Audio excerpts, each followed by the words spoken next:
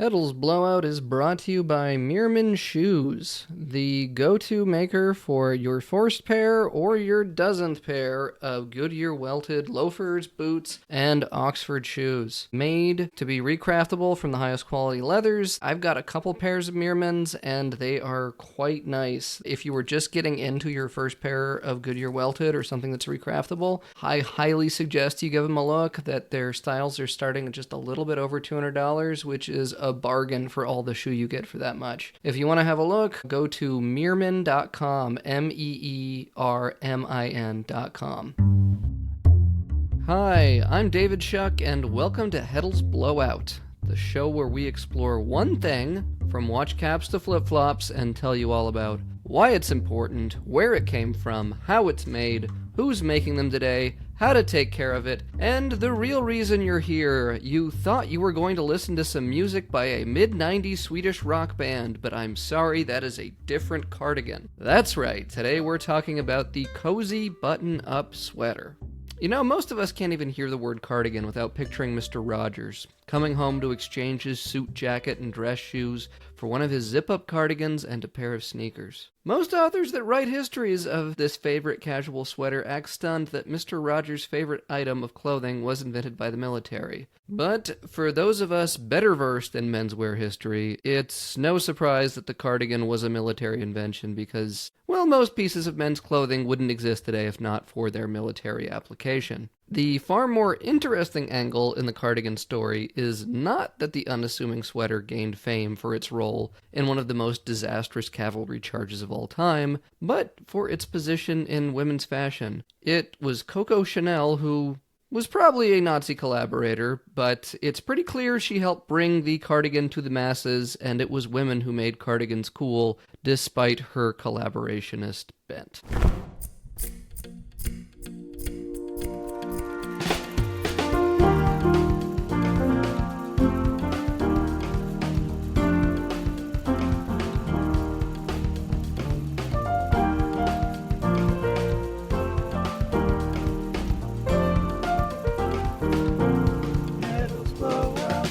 While some folks believe the cardigan is named after a region of Wales, the more common narrative gives the credit specifically to the 7th Earl of that region, the 7th Earl of Cardigan, James Brudenell.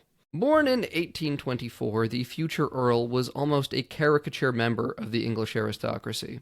Although he overcame his family's extremely low expectations because he was kicked in the head by a horse as a child, he largely failed at everything he attempted. Whether it be schooling, marriage, or politicking, he seemed to simply give up or fall behind. So he thought, why not join the army? And as was customary with the elite aristocracy, he paid his way into an officership and gained command of a regiment of the King's Hussars. And Hussars, it's not a unit that still really exists, but it was the heavily armored cavalry of the mid-19th century British Empire. And he bought his way to a regiment with nearly $5 million in 2026 money. And once in command, he would dip into his own pockets to further improve his regiment. But you see, Lord Brudenell was known as a flamboyant dresser and an avid clothes horse, so most of these improvements were merely aesthetic. Brudenell spent the equivalent of about $1 million every year on new uniforms and horses for his men. And yes, this would have been as absurd to a contemporary audience as it sounds to today's, but this was part of the culture of the British Army at the time. It was who had the snazziest soldiers, not necessarily the best fighters, at least, to these foppish guys in the aristocracy. So, in the 1850s, Earl Brudenell and his regiment of hype beasts were shipped off to fight the Russians in the Crimean War on the northern coast of the Black Sea. And it was at the famous Battle of Balaclava, which was not only famous because it was the origin of the knitted face mask of the same name, but also famous because Brudenell led his regiment in the famous charge of the Light Brigade, which was immortalized into a poem by Alfred Tennyson for how unreasonably stupid Brudenell was in his command. You see, if you've heard the poem, which I highly recommend you do, he charged his regiment about 1.5 miles through bombardment to the Russian lines and then, for some reason, just turned right back around. "Forward the Light Brigade! Charge for the guns!" he said. Into the Valley of Death rode the 600.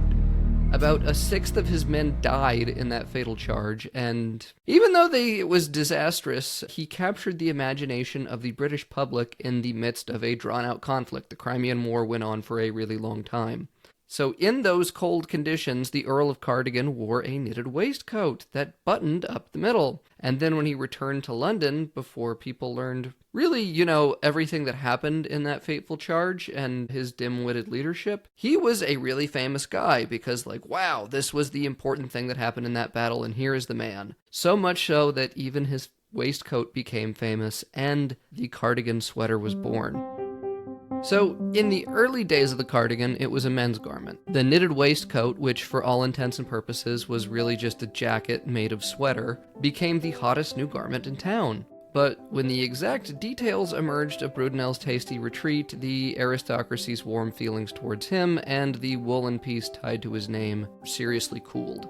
The sweater coat was the next incarnation of the cardigan. Whereas before they needed to be hand-knit on commission or by a loved one, industrialization in the late 1800s allowed for large-scale manufacturing of these garments, which effectively democratized their wear. The sweater coat looks much like a modern cardigan, except it was marketed more as a rugged piece of gentleman's outerwear. The cardigan adapted slowly, sometimes getting a rolled collar or velvet accents, and as a wave of sportswear mania swept the country, the garment slimmed down and shortened up. The 1920s was an era of enormous change in women's fashion, and much of the cardigan's evolution happened during this time. Think of flappers with their bobbed hair and how women began to slough off the constricting corsets and petticoats of the 1800s. The cardigan was something that sort of came about as a welcome alternative. Women's fashion took many cues from men's clothing, adopting larger and more pragmatic silhouettes that would allow women to navigate the modern world comfortably and confidently. And Coco Chanel, the French designer, she saw her personal aesthetic aligned well with this same time of unprecedented change. Men's cardigans were still sweater coats, but they were rather heavy, long, and marketed to macho automobile drivers or motorcycle riders. But Coco developed the first women's cardigan because she hated messing up her hair as she pulled on a tight-necked men's pullover. The cardigan, you could just button up like a jacket. You didn't have to redo your hair. Her version of the cardigan was made from a soft jersey knit and was worn more like a modern cardigan. Not for rugged outdoor war fighting, but for fashionable, everyday life activities, like naming names of the French resistance to Nazi occupiers in Vichy France. The loose fit of the modern women's cardigan closely mimicked the principles that guided men's suiting and blurred what, at the time, were very strict gender identities. Women in the 1930s took this even further by going for the way oversized mannish cardigans offered in their colleges' bookstores. The new, comfier, slouchier cardigan, as first conceived by Chanel, became more commonplace. Men's stores, too, would continue to market the heavier, outdoorsy version, but the relaxed indoor rendition was even more prevalent. The 1940s saw a further slimming down of the cardigan, which you can see by looking no further than the sweater girls, buxom pinups who crammed their bosoms into sweaters that seemed ready to burst. Due to a censorship loophole, this kind of scandalous photo was considered permissible as long as everything was concealed by a conservative sweater. The 1940s erotic sweater craze was a significant point of departure for the women's cardigan. What had momentarily been an equalizer, a piece of engendered clothing, had been thoroughly sexed up and back into the men's sphere. But after World War II, the men's cardigan had calmed down a bit and wasn't trying so hard to seem like a rough and tough piece of riding gear. Instead, it was more closely associated with the academic set, like Rex Harrison's character in My Fair Lady. Trends in women's fashion had smoothed out the cardigan's rough edges, and men began wearing them as a comfy indoor alternative to their sports coat at the end of a long day. Cue Mr. Rogers. So a cardigan is something that makes a tough guy look kind of meek and laid back. Fashion blog poster boy Steve McQueen loved cardigans. And few people are as butch as Steve McQueen, or at least in the way that he presented himself. But that cardigan takes the edge off. It was a conscious choice when Mr. Rogers donned his iconic cardigan at the beginning of each episode of Mr. Rogers' Neighborhood. It made him look like a trustworthy father figure coming home from something, like work, or the court, or, I don't know, maybe the local bar. Who knows what Mr. Rogers was doing at the time. And he was now there to help you out and hear you out if you needed him. The tough guy look the early cardigan tried to pull off was always kind of forced because its creator was a deeply inadequate and out-of-touch lord whose reputation for excess and poor choices should be weighed against the cardigan's military record. It was bad. But it was women's wearers and designers who helped redefine the cardigan, helping it find its gentle, true potential. Ironically, as they tamed the cardigan, they were breaking down gender walls and lashing out against restrictive women's garb of the previous century. The cardigan landed somewhere in the ambiguous, ungendered space between its military career and sexy pinup days. So, curl up by the fireplace and be grateful this winter for all the great cardigan pioneers. If you want to get your hands and, maybe chest into a cardigan, I've got some cardigans to recommend. The first one is Inver Knitters, which is hand knit in Scotland, and these are a bargain. I have owned one of their 6A shawl collar cardigans for about a decade, and I still get compliments on it pretty much every time I wear it. It is beefy and cozy and beautiful and made by someone's grandma, and it weighs like 4 pounds. It is incredible. You can't travel with the thing because it basically would need an entire suitcase to itself. But if you're lazing around or want to go on a crisp fall walk, what is better than one of these hand-knit cardigans? So you can buy them through their site for about $200 to $300 depending on the model and the yarn type. Their site is a little bit, not the fanciest thing, and it does have some weird AI stuff going on for their model picks. But I think that's a consequence of their company being run by 70-year-olds and not something more nefarious. So you can find them on their site and at Clutch Cafe. They've done a couple pretty cool collabs with Alavol that are done in indigo dye cotton. Next on the list is DN1920. Because remember when I said that cardigans used to be rough and thick and masculine and more like coats that would be worn on a motorcycle? Yeah, that's what DN is still doing. They make sweaters the same way like when they were supposed to be worn on motorcycles, and they're machine knit in Oregon, and this is a boxier sweater that also weighs several pounds, and it probably has a skid rating. Theirs are in the 350 to 450 range, depending on the model. Their collegiate cardigan is probably the one that they're most known for.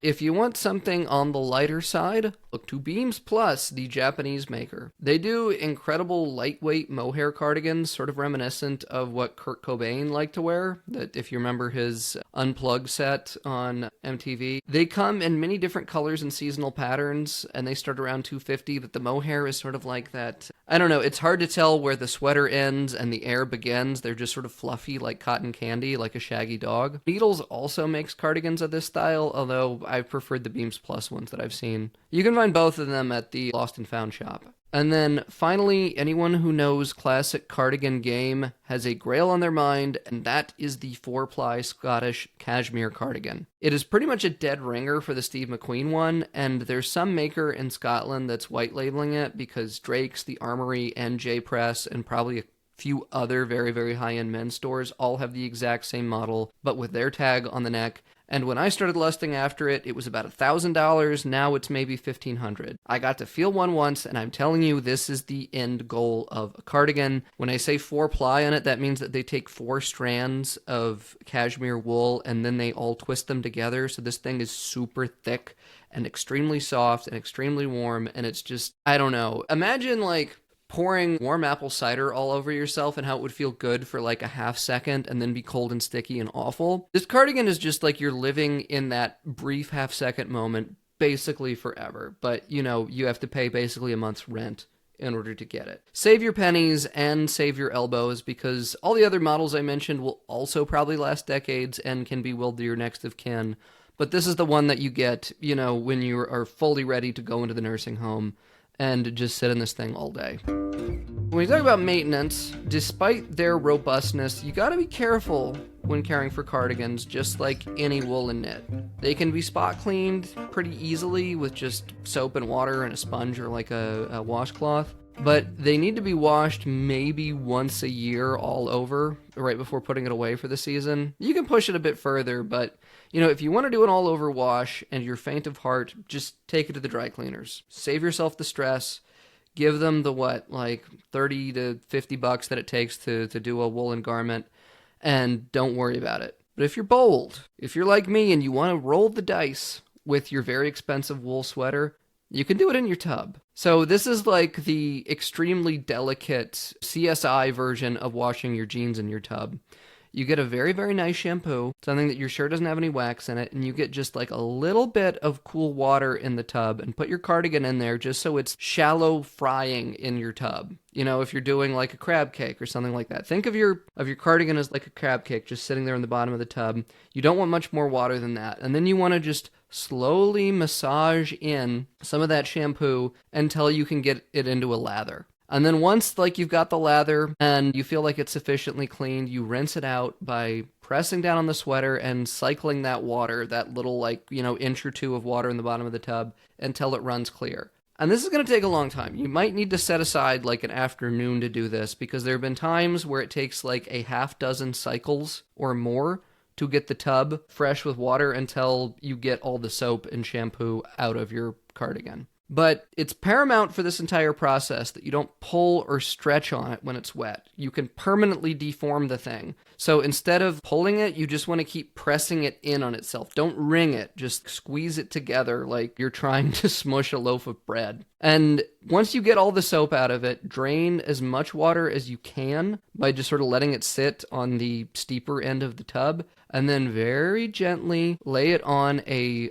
towel. And then roll that itself up inside the towel and then gently press on it. You want to have like maybe a half dozen towels at the standby for when you're doing this thing.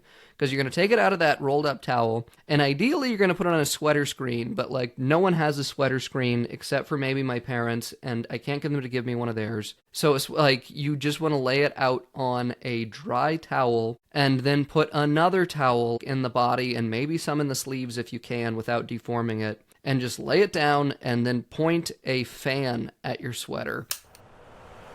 Because it's going to take several days for this thing to fully dry. And you're going to have to replace that towel that's in the body of it a couple times because it's just going to soak up the water in the middle. And yeah, when you have it, that is a way to be extremely involved in your item, but it's a way to wash it yourself. Or I have done this with hair conditioner. If you have a sweater that's very, very scratchy, you can do this with hair conditioner and it'll make it a lot smoother and a lot more pleasant to wear. So now that you've got it washed, if you do store it away for the summer, please make sure it's somewhere that's airtight and you have something like cedar nearby because you do not want the moths to eat your sweater. I've lost a couple sweaters to moths, and if you're going to invest in something like a cardigan like this, please take care of it. And if you do have any holes forming, you can darn them yourself. We've got guides for how to do that, and I think like some of the sweaters that I have darned with a very visible other color, I think they even look cooler than they do beforehand. So check out those guides if you do have a hole forming. You might get them in the elbows if you have a thinner cardigan, and in that case, you can probably take it somewhere to get it patched on the elbows and do full academic professor looks. But yeah, they're fairly hardy from just wearing them. It's only washing them and when they're stored, ironically, that they're actually, at risk. So styling, really, really easy. Again, cardigans are probably the most versatile item of clothing that you could wear, except for maybe jeans, but probably even more so than jeans. They're like a friendlier, cozier blazer. I mean, Mr. Rogers, again, the cardigan OG, he wore his with a dress shirt and a tie and suit pants. And so that's like the upper level of formality. But you can also wear one like Kurt Cobain with fraying jeans and a t-shirt that you can see most of your chest through. I can't really think of a context where like my Inver Allen has been out of place. There was even a time when I took it hot tubbing in the middle of winter, and you can wear the thing like with shorts and it doesn't look bad. The cardigans are just sort of unbelievable how they mold to any context. So just get one and try it out. Cardigans are great, and I think you won't be disappointed no matter what you end up putting on. Just don't get one out of polyester. Make sure it's cotton or wool or some other natural fiber, or else like it'll pill and be gross. So that's really all that there is in the cards for cardigans. If you liked what you've been hearing, please let us and other people know with a review on whatever service or platform you happen to be listening on. Our email address is blowout@heddles.com, and we also have our Discord running, so you can bother me directly if you like. Links for both of those will be in the show notes. And if you have a subject that you want to hear about and be given this treatment, just let us know. Today's episode featured writing from Albert Muskies in From Cavalry to Coco Chanel, the Cardigan Unbuttoned on Heddles.com, and the production talents of Sean Thornton. Thank you for listening, and until next time, keep it real and keep it raw. Bye-bye.